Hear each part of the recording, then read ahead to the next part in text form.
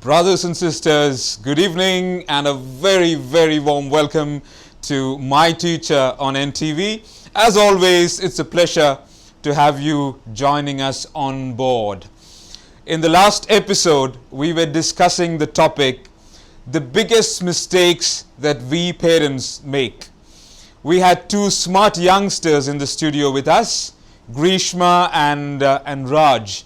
And before coming on, we had requested them to go and brainstorm about this topic to their friends, and they came up and presented a list of very meaningful points.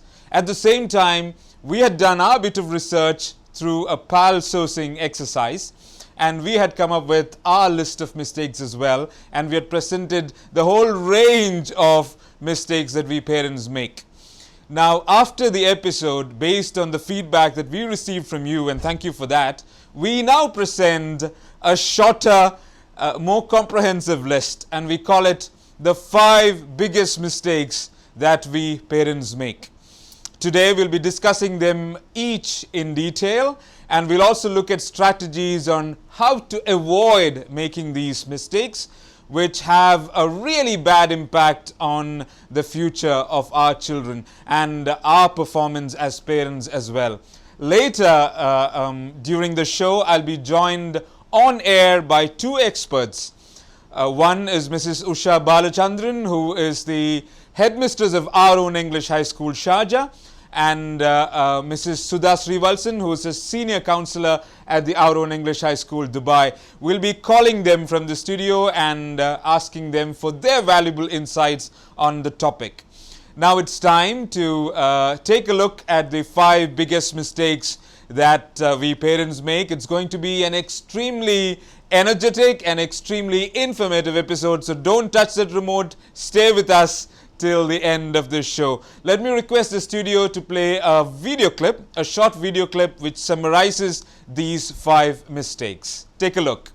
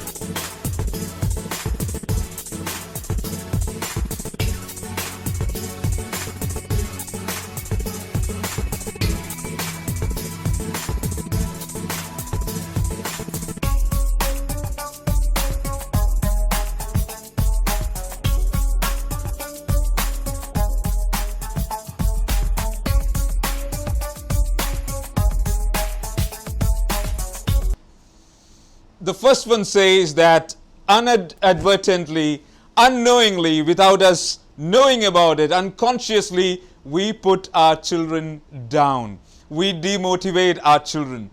Now, when I discuss this point with parents, they say, come on, we demotivating our children? We live for our children and we always try to motivate them. We always try to pump them up with energy because we live for them and we definitely want them to do better. But let me present a scenario that typically happens in every house. Okay? Just imagine that your child has come back from school and he has with him his examination papers. So he comes and tells you, English 98 out of 100. And you do not even smile, but then you maintain a very serious expression as if to say, well, this was expected. Okay? Hindi 96 out of 100, and you maintain the same sore, what's a big deal expression. And then he picks up the mathematics answer sheet and he says, Math, I've scored 78 out of 100. And oh my God, there's a mini explosion that happens at home and says, 78 out of 100? How dare you? You're so careless. You don't care. You're a misfit. You will never do well in maths in this case. And then it's almost like a boxing round where you pin him down and you box him incessantly with your words. we all know that we do this. Yeah. And what is the problem if you do this? Our children, especially when they're young, they look up to us, okay? Because we are adults and we are able to do a lot of things that they are not able to do. For example, switch on the TV and drive a car. So whatever we say is law for them, For example, do not cross the road without looking to the left or to the right. Do not speak to strangers. So because they really take in what we tell them as words of law without critically evaluating it, when we tell them you're useless, when we tell them, you will never succeed in this particular subject, I know we're saying this out of love. We're saying this because we want them to improve. But unfortunately, these words have a very negative effect on their psyches. It's almost as if you're taking the balloon, the well-blown balloon of their confidence or their self-esteem, and pricking it and bursting it. Just think about it, brothers and sisters. Research says that 9 out of 10 times our feedback to our children are very negative. 9 out of 10 times we break their self-esteem, of course out of love. 9 out of 10 times we extinguish any traces of ambition that they have. And unfortunately, this does a very bad impact on the future of our children. There's this well-known scientist called Pavlov who had conducted a series of experiments with his pet dogs. Now, Pavlov had 5 dogs, ferocious Alsatians, okay? He used to take care of them, feed them, but once in a while, he used to administer electric shock, very painful electric shock to 2 of these dogs. And the dogs would squeal and cry and bark out because they wouldn't know why they were being electrocuted. Once he did that for almost a month, he took all his dogs and he pushed them into an Olympic-sized swimming pool. Now, as you know, dogs are good swimmers, so you would naturally expect all the dogs to swim across. All the dogs swam across except 2. The ones that were continuously getting electrocuted, somehow during the middle of their journey towards the end of the pool, they stopped swimming. They gave up and they sank to the bottom and died. Because deep inside, because they were getting these painful punishments incessantly, they started believing that there's something wrong with them. And they just cannot do something as ordinary as swimming for dogs. So let us be very careful when we make these negative statements. I'm sacrificing everything for you. When I was young, I used to hang on to the railing of a bus and go. You guys are thankless and you will never succeed. We, of course, do it out of love. But without us knowing, it's actually letting our children learn helplessness where they believe that they cannot do it. Think about it. If somebody asks you to lift a 5 kilogram weight, you'll of course lift it effortlessly. 15 kilograms, you might doubt it, but then you will lift it again. 50 kilogram, you'll say, no, I cannot. You will never even bother to lift it because you know you will not be able to. This is exactly what happens when we give negative feedback to our children. They tend to believe that they cannot. So a lot of people, when they come to counseling, parents say, my child does not, learn math. My child does not do extra problems. My child does not listen in class. The problem is, you can always rewind and attribute it to some negative comments that we parents have made to them. Whenever we are angry. So we definitely have to make sure that we don't make such damning, such high impact negative comments to them.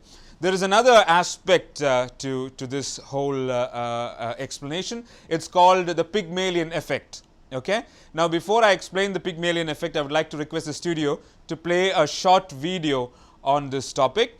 And once you watch the video, I'll explain to you what the Pygmalion effect is all about and how this is important in determining the future of our children. So please take a look at this short video.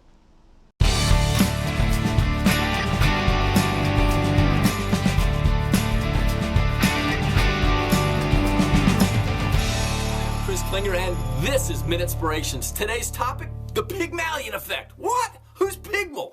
It's not Pygmalion in Ovid's Metamorphoses was a sculptor who created this beautiful ivory sculpture of a woman. He was so enamored with his work that he said, "Gods, please turn this woman into a real beautiful, real living person." Swing! And they did. So they got married and lived happily ever after. That's the Pygmalion effect, setting your expectation on something and then having it come true. Rosenthal and Jacobson, in studies that were done years ago in an elementary school, basically took or had elementary school students take an intelligence test. Once the results were in, they randomly selected 20% of those students and bundled them up and put them in the classroom. To the teacher, they said, "Hey, these are high-performing students. They're going to blossom intellectually later this year." Well, 8 months later, they took those intelligence tests again, different tests, of course, among the entire population. And what they found is the students in that classroom way outperformed the rest of the class population. Incredibly so. So the Pygmalion effect basically says your performance is determined by your expectation. Positive expectations, positive performance. Negative expectation, negative performance. So how can you use this in your life? What about in your team at work? If you're a leader, how do you look at your salespeople or your operations people or your production people at your house? What do you do? How do you look at your spouse and your children? Can they perform wonderfully? Do you expect that? What about when you walk outside for the day? What expectations have you set? I say, set them positively. Thanks for tuning in. Make today great, and we'll see you next time.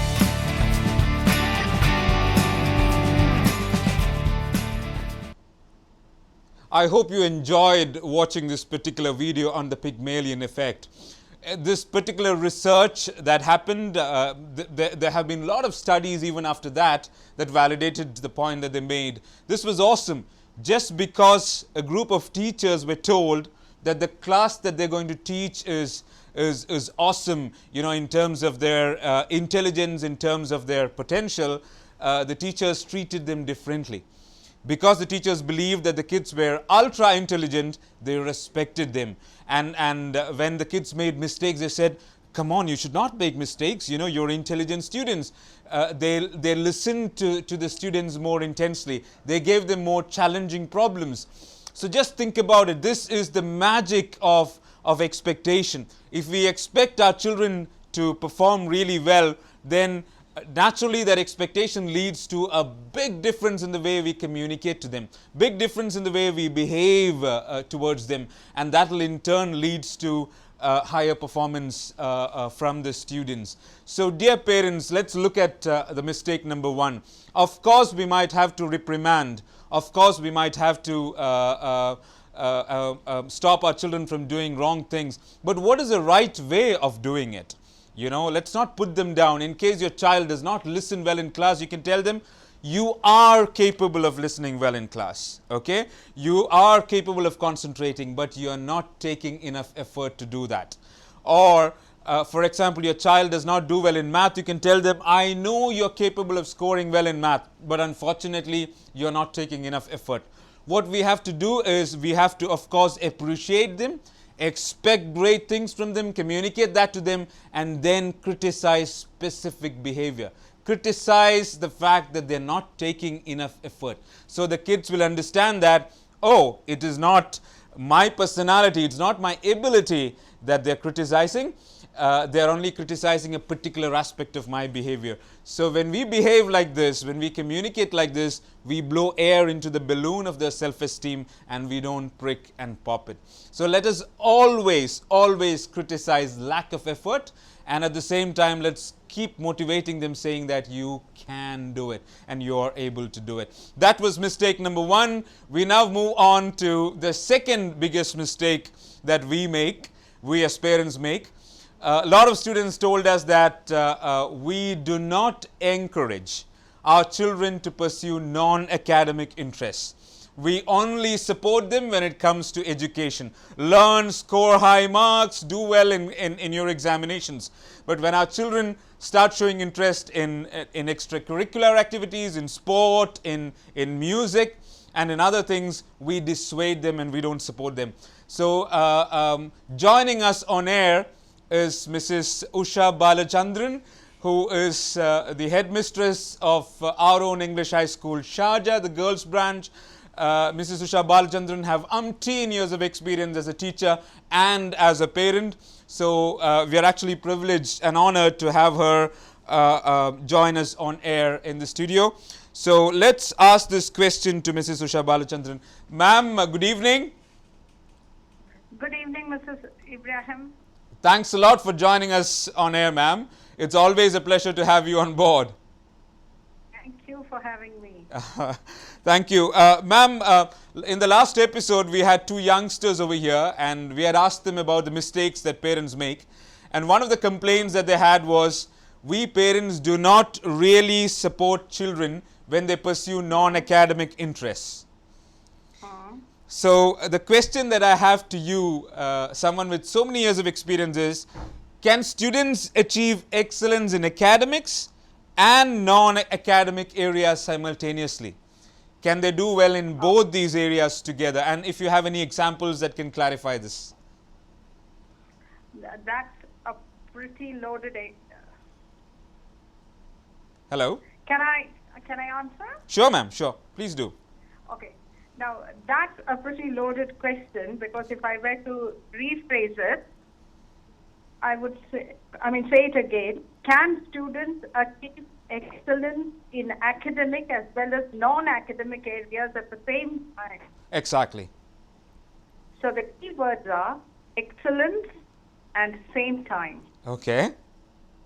Okay. Now, by excellence, we mean the very first rank in academics and the topmost position in non-academics. Okay. Then we do have a problem. Okay. Because in my 30 plus years in the field of academics and as a mother, Okay. I have not seen both of them go hand in hand. Oh my God. Okay. Okay. Okay. That's interesting. If, on the other hand, we mean very good and not necessarily the highest rank, Okay. then there are many whom I have come across Okay. who have been brilliant in academics. Okay. By brilliant, I mean very good, and very good in sports or performing arts, in painting, and so on. Okay. Okay. So much so, I almost believe that there is a positive correlation between very good academic performance Uh-huh. and very good non-academic performance by a student.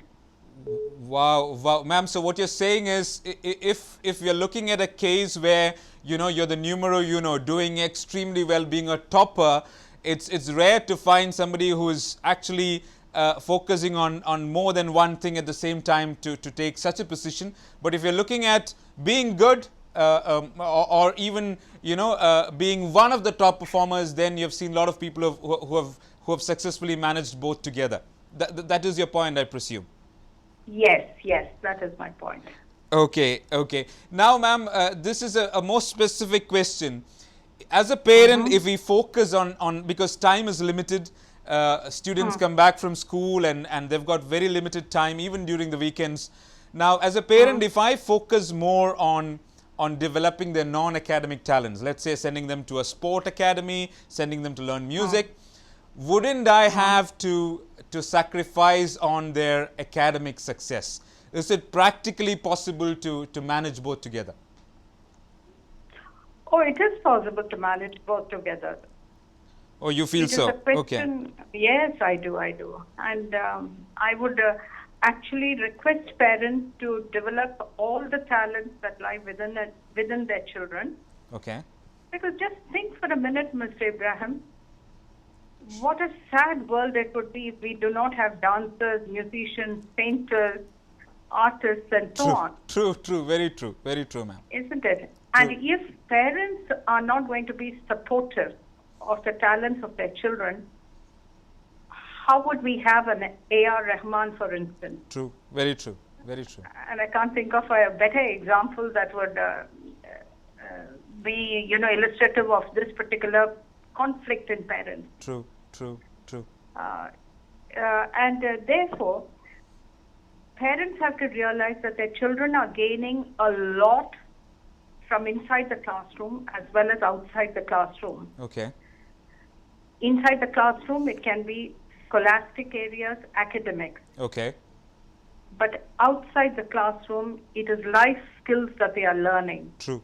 Very true. Team Very true. spirit, collaborative work, cooperativeness, then how to lose graciously. True. True. Very true. Isn't it? True. Very Therefore, I do feel that parents need to extend themselves, provide the facilities and time for their children, take them wherever they have to go so that they develop additional skills in order to face the modern world. True. 100%, ma'am. But sometimes you find that parents do, on the other hand, on the other side of the whole debate, parents sometimes tend to push their children too much, because we find kids who literally don't have time to relax, literally don't have time to follow their own passions and talent, because it's either class and then music school and then karate and the track and field meet. So I think they must draw a line somewhere, of course. That I agree totally with you. It is criminal on the part of the parents. True. Very true. Very true. Very Isn't true. it? Because they try to push onto their children things that they wanted to do in their childhood days True. and True. couldn't do it. Exactly. I think parents need to be made aware of the dangers of that. Exactly. Ma'am, just one more question, ma'am. Let's say your child, you're making sure that your child is doing well in academics. You're also allowing him to pursue his non-academic interests. But what about these crucial years of grade 10 and grade 12, or particularly during exam time? So what do you advise? Is it advisable for them to log themselves off from these activities during these crucial years? Oh, no. I wouldn't use the word lock themselves out of activities. Okay. They must remain engaged. Okay. However, Okay. there has to be the setting of priorities True. and time management. True.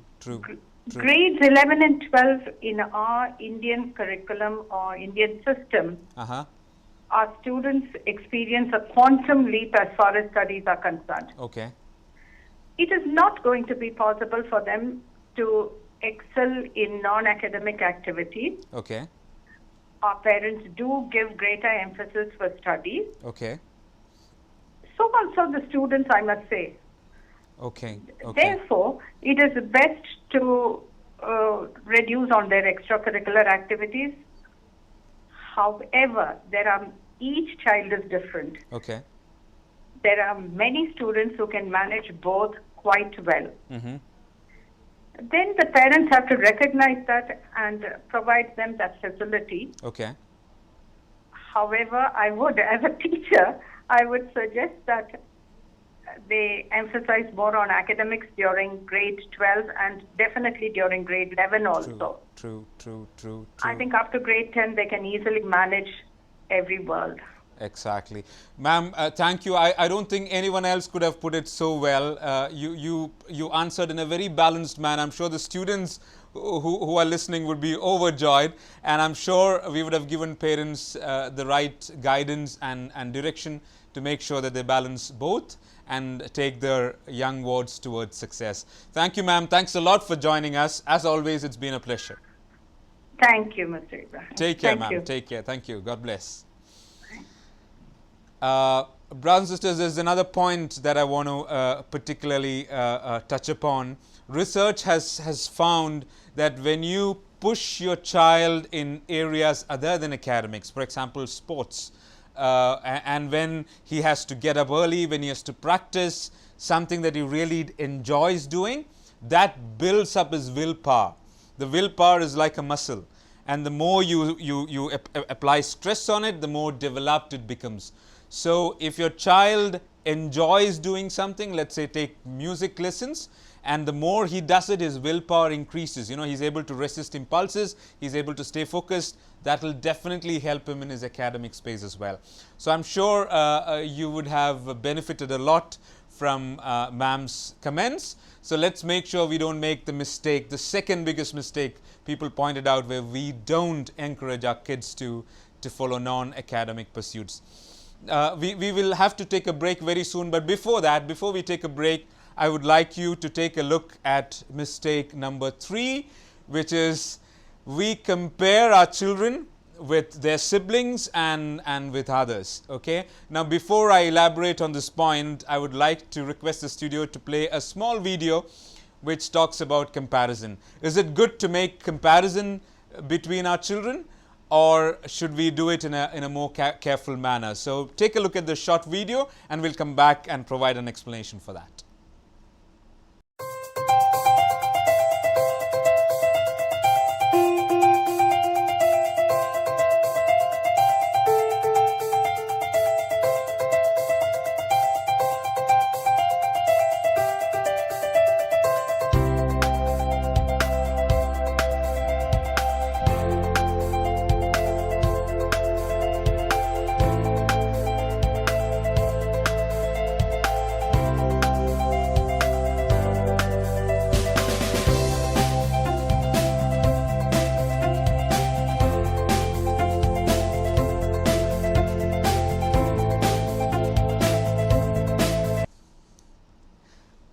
Why do we make comparisons, okay, where we compare our kids with their siblings, compare our kids with the cousins' children, compare our kids with the neighbors' children? A little bit about direct comparisons, okay, because the video talked about direct comparisons. Now just think about it, okay. Queen Elizabeth, the Queen of England, has got a huge house, okay. She has got many cars and she has got many servants. But you don't feel weird when someone makes a comparison between you and Queen Elizabeth. For example, if someone says Queen Elizabeth has got a house with 300 rooms, you don't feel bad. You don't think, oh my God, I don't have a house like that. Because she lives in a different world altogether. You have nothing in common. But just think about it, brothers and sisters. Suppose you go to an alumni meet, okay? To your alumni meet after 15 or 20 years of passing out.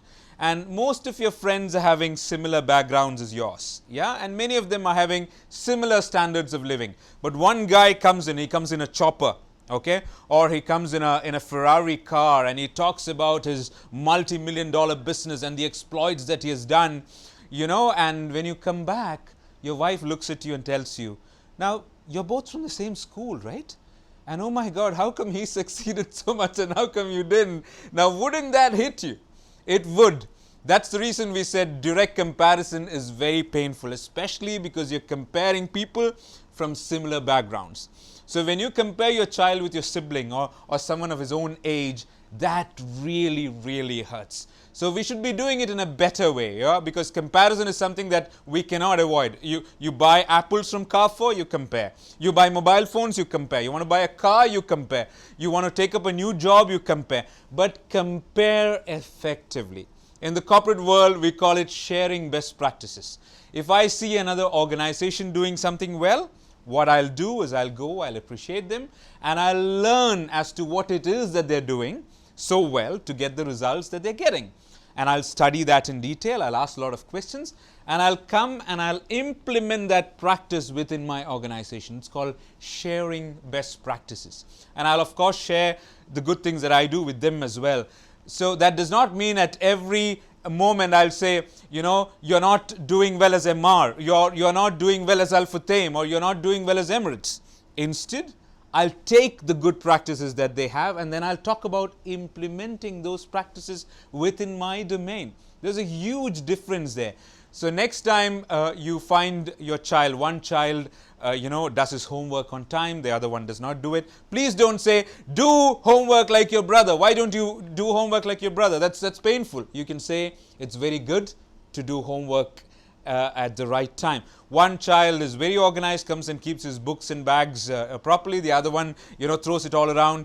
Again, don't do direct comparisons. Say that, why don't you keep your books and bags appropriately? So talk about the behavior, okay, that must be adopted, and appreciate that behavior without making direct comparisons. Next time you feel inclined to make a comparison, think about the question that your wife can ask. How was he so successful? You're both from the same school. It really hurts. So let's not hurt our children. Let us instead encourage them to do the right things. It's now time to take a small break.